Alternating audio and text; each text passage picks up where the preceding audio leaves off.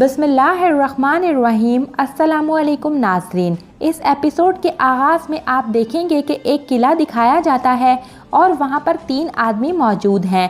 एक काले लिबास में मलबूस आदमी उन तीनों के हाथों पर रस्सियाँ और आँखों पर पट्टी बांधता है। इसके बाद कहा जाता है कि बातिन तक पहुँचने की ख्वाहिश को पूरा करने के लिए ज़ाहिर से गुज़रना पड़ता है, छुए बगैर पहुँचना पड़ता है और देखे बगैर देखना पड़ता है, और जो ये सब कर लेता है इसे ऊंचे मकाम पर खड़ा कर दिया जाता है।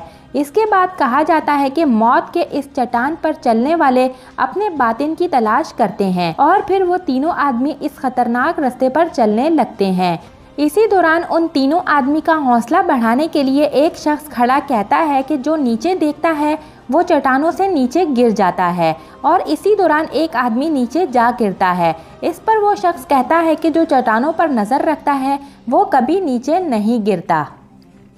ये रास्ता इन लोगों के लिए नहीं है जो देखना नहीं जानते। इसी दौरान एक और शख्स नीचे जा गिरता है और फिर कहा जाता है कि इस खारदार रास्ते पर चलने वालों को अल्लाह खुश रखे।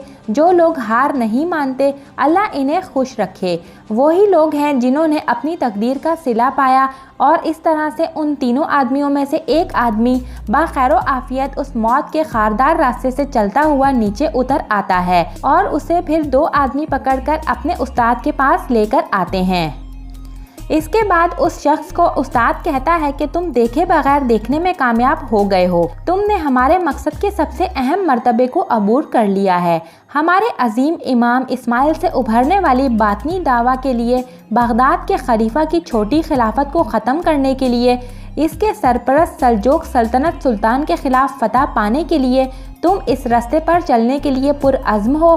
इस पर वो शख्स कहता है, मैं मरते दम तक पुरअज़्म हूँ। उस्ताद कहता है, फिर उठो, और फिर उस शख्स को एक लाल रंग की बेल्ट बांधने लगते हैं और कहा जाता है कि ये खून जैसी बेल्ट इस खून की अलामत है जो आप हमारे मकसद के लिए बहाएंगे। ये बेल्ट हमारे दाई के साथ आपकी वफादारी की अलामत है। जो हमारे रास्ते को रोशन करते हैं ये बेल्ट पहनकर वो हमारे साथी बन जाते हैं। इस पर वो शख्स कहता है कि मुझे आला दाई के हजूर हाजिरी का शर्फ कब हासिल होगा।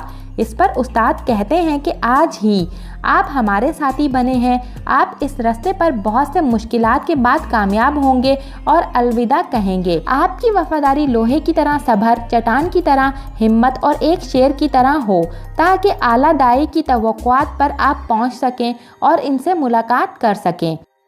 एक जानिब दिखाया जाता है सुल्तान अरसलान अल्प के मिज़ार पर मलिक शाह बैठे कहते हैं, मेरे बाबा सुल्तान अरसलान अल्प, रज़ाए इलाही आपकी आखिरी ख्वाहिश थी।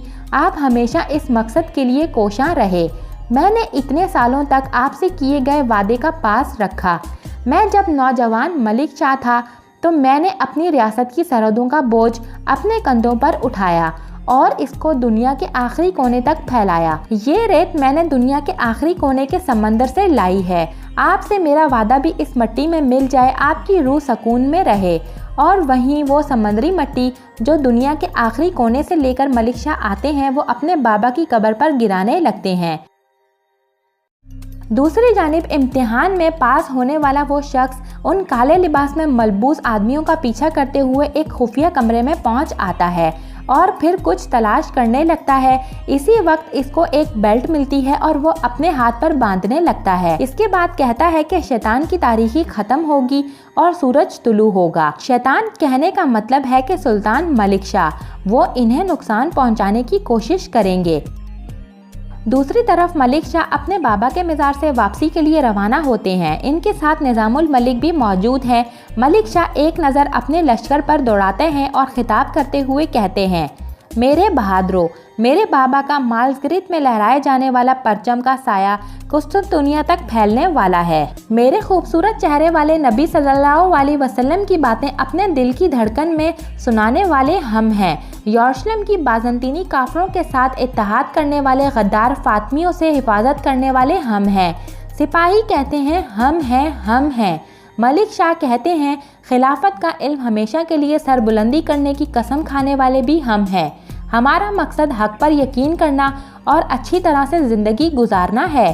हमारा मकसद पूरी इंसानियत में सच्चाई और खूबसूरत ज़िंदगी लाना है। इसके बाद अपनी तलवार निकालकर मलिक शाह कहने लगते हैं कि अगर ये तलवार तमाम फतूहात तक नहीं जा सकती, लेकिन ये हमारी नस्लों के लिए राह हमवार करेगी।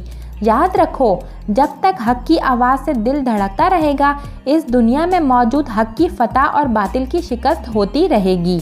इस पर निज़ामुल मलिक नारा लगाते हैं, सुल्तान जिंदाबाद, हमारी तलवार आसमानों तक पहुँचे। दूसरी जानिब एक काले कपड़ों वाला शख्स खुफिया कमरे में आता है और उस आदमी को वहां पाकर शोर करने लगता है और कहता है कि तो तुम हो वो शैतान के जासूस। इस पर अपने साथियों को बुलाने ही लगता है, लेकिन वो शख्स इसी बेल्ट से इस बूढ़े का गला दबा देता है। इसके बाद 2 और हमला आवर आते हैं और उस पर हमला करते हैं। इसी दौरान वो एक हमला आवर बेल्ट को आग में फेंक देता है और वो पिघलने लगती है, लेकिन वो आदमी उन दोनों हमला आवरों को मारकर बेल्ट की तरफ बढ़ने ही लगता है तो पीछे से एक और हमला आवर उस शख्स को मारने वाला होता है, लेकिन ऐन इसी वक्त वहां पर एक और अनजान शख्स आकर उस हमला आवर को ख़त्म कर देता है और फिर कहता है कि चलो यहाँ से। वो आदमी कहता है नहीं, ये बेल्ट मुझे चाहिए, वो पिघल रहा है। लेकिन वो आदमी कहता है चलो यहाँ से संजार, और इस शख्स के मुंह से अपना नाम सुनकर संजार पूछता है तुम मेरा नाम कैसे जानते हो? इस पर वो शख्स कहता है जिसने हमें नाम दिए हैं उसने मेरा नाम भी अरसलान तुश रखा है और मैं अरसलान तुश हूँ। इस पर संजार उर्फ अहमद कहता है हाजी निज़ामुल मलिक के आदमी हो तुम? इस पर अरसलान तुश पूछता है आप इसको हल कर पाएंगे? इस पर संजार कहता है मुझे जो चाहिए था मैं मिल गया, चलो। और फिर वो दोनों वहाँ से इंतहाई मोहतात होकर निकलने लगते हैं। रास्ते में दोनों का सामना स्याह लिबास में मलबूस पहरेदारों से होता है, लेकिन उन्हें ख़त्म करते हुए बाहर आते हैं और बाहर आकर हर जगह से इन्हें तीरों का सामना करना पड़ता है, लेकिन संजार अपना दिफा करते हुए तीर अंदाजों को मार डालता है और फिर लड़ाई करते करते इस किले से बाहर निकलने के रास्ते पर रवां दवां होते हैं। लेकिन सामने से एक और काले लिबास में मलबूस जलती मशल उठाते हुए आता है और कहता है कि तुम मरोगे, लेकिन अरसलान तुश उसे चाकू मारकर वहीं ख़त्म कर देता है और वो शख्स जलती मशल के साथ खुद ही जलकर राख हो जाता है। इसी दौरान संजार की नज़र उस शख्स पर जाती है जो तेल के कुएं का ढक्कन उठाए खड़ा है। उसे देखकर संजार कहता है ये तेल का कुआं है, उन्होंने किले के नीचे मट्टी के तेल में आग लगा दी है और वो इस किले को तबाह करने वाले हैं। और ये कहते साथ ही वो दोनों गहरे समंदर की जानिब देखने लगते हैं। इतने में वो शख्स तेल के कुएं में जलती मशल फेंक देता है और किले में एक जोरदार धमाका होता है। इसी के साथ संजार और अरसलान समंदर में भी कूद जाते हैं। दूसरी जानिब अजीम सल्जोक महल दिखाया जाता है जहां पर मलका अपनी कनीज़ों के साथ जा रही हैं। इतने में एक लड़की पीछे से आवाज़ देती है अम्मी जान। इस पर मलका कहती है तुम कहाँ थी महामलिक, सुल्तान जल्द ही महल में पहुँचने वाले हैं। इस पर महामलिक कहती है कि मुझे माफ़ कर दें, मुझे तैयार होने में काफ़ी वक्त लग गया। इस पर मलका कहती है कि जब मैं तुम्हारी उम्र की थी इस महल में दुल्हन बनकर आई थी, यहाँ तो तुम किसी चीज़ में देर नहीं करोगी, तुम हर किसी से पहले देखोगी और हर किसी से पहले जागोगी। ये एक शाही ख़ानदान की खातून को ज़ेब देता है। तुम्हें एक सुल्तान की बेटी या बीवी होने पर इन्हिसार नहीं करना, असल इज़्ज़त इस इज़्ज़त के लायक होने से हासिल होती है। एक जानिब से पहरेदार कहता है होशियार खातूने अव्वल सफ़ीर सुल्तान मलिक शाह की वालदा आ रही हैं और मलिक शाह की वालदा को आते दिखाई देता है। इतने में मलिका भी उनके पास पहुंचती है और कहती है खातून अम्मा, सुल्तान कुछ देर में महल में होंगे, हम इस मामले में आपके अहकामात लेने आई हैं। इस पर मलिक शाह की वालदा कहती हैं मैं अपने अहकामात अर्जी खाने में दूंगी तारकेन खातून। और ये कहते हुए मलिक शाह की वालदा अपने अर्जी खाने में आ जाती है और कहती हैं कि क्या अमीर चेश नेगर को इतलात दी है, क्या सुल्तान के पसंदीदा पकवान तैयार हैं? इस पर कनीज़ कहती है जी सब कुछ तैयार है सुल्तान। इस पर सफ़ीर सुल्तान अपनी नशिस्त पर बैठते हुए कहती हैं कि हमारे सुल्तान मुहिम से वापस आए हैं, मैं चाहती हूँ कि वो इस महल को ज़्यादा बेहतर पाएँ, जबकि वो यहाँ से गए थे उससे भी बेहतर पाएँ। इस पर तारकियन खातून कहती है आप फिक्र मत करें, मैंने ज़ाती तौर पर तैयारियों में दिलचस्पी ली है, खातूने अव्वल होने की वजह से आपके लिए बहुत से काम होंगे, आप खुद को मत थकाएं। इस पर सफ़ीर सुल्तान कहती हैं कि जैसे तुमने कहा खातूने अव्वल का काम रियासत, अपना घर और महल का ख्याल अपने बच्चों की तरह रखना होता है। आज तुम सुल्तान की सिर्फ खातून हो, एक दिन जब तुम रियासत की खातून बनोगी तो तुम समझ जाओगी।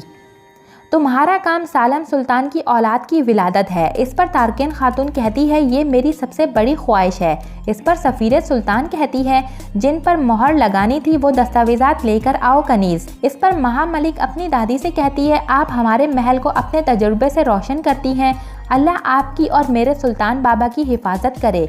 इस पर सफ़ीर सुल्तान कहती है, आमीन बेटी। और इतने में एक कनीज़ दस्तावेजात खातून अव्वल के सामने रखती है और जिसे देखते हुए सफ़ीर सुल्तान कहती हैं, लेकिन तजुर्बा सोने से नहीं कमाया जाता बल्कि ये समझदारी से कमाया जाता है। इसके लिए जो लोग तुम्हें गलत राह दिखाएंगे इनके लिए तुम्हें अंधी होना होगा और जो झूठ बोलेंगे इनके लिए बहरी होना होगा। इसी दौरान खातून अव्वल दस्तावेजात पर मोहर लगाती हैं और यहाँ पर इस एपिसोड का इख्तिताम हो जाता है। नेक्स्ट एपिसोड के लिए आप हमारे चैनल को सब्सक्राइब कर लें। इसके अलावा वीडियो को लाइक करके अपने दोस्तों के साथ ज़रूर से शेयर कर दें। Thanks for watching us.